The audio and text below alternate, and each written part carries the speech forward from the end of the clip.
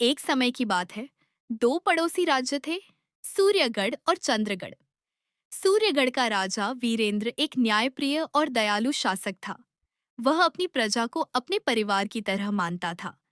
उसकी सभा में हर किसी को अपनी बात कहने का अधिकार था और वह गरीबों की मदद करने में कभी पीछे नहीं हटता था।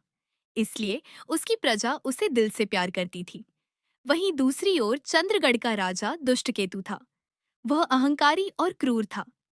अपनी प्रजा पर भारी कर लगाता, उन्हें छोटी छोटी गलतियों पर कठोर दंड देता। उसके राज्य में लोग भय में जीते थे। उसका गुरु भी उतना ही निर्दयी था, जो उसे और अत्याचार करने की सलाह देता रहता था।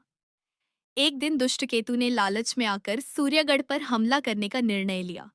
उसने सोचा कि वीरेंद्र की दयालुता उसकी कमजोरी है। उसने अपनी विशाल सेना के साथ युद्ध छेड़ दिया। जब यह खबर सूर्यगढ़ पहुंची, तो राजा वीरेंद्र ने अपनी प्रजा से कहा, यह युद्ध केवल मेरा नहीं, हम सबका है। उसकी सच्चाई और प्रेम देखकर किसान, व्यापारी, युवा सब उसके साथ खड़े हो गए। हर व्यक्ति अपने राजा के लिए लड़ने को तैयार था। युद्ध शुरू हुआ। दुष्टकेतु की सेना बड़ी थी, लेकिन उसके सैनिकों के दिल में डर और मजबूरी थी।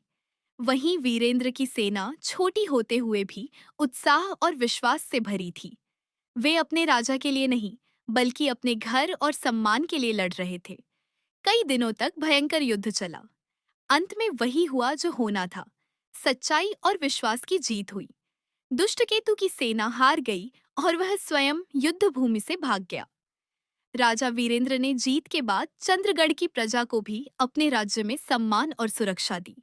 लोगों ने पहली बार सच्चे शासन का अनुभव किया।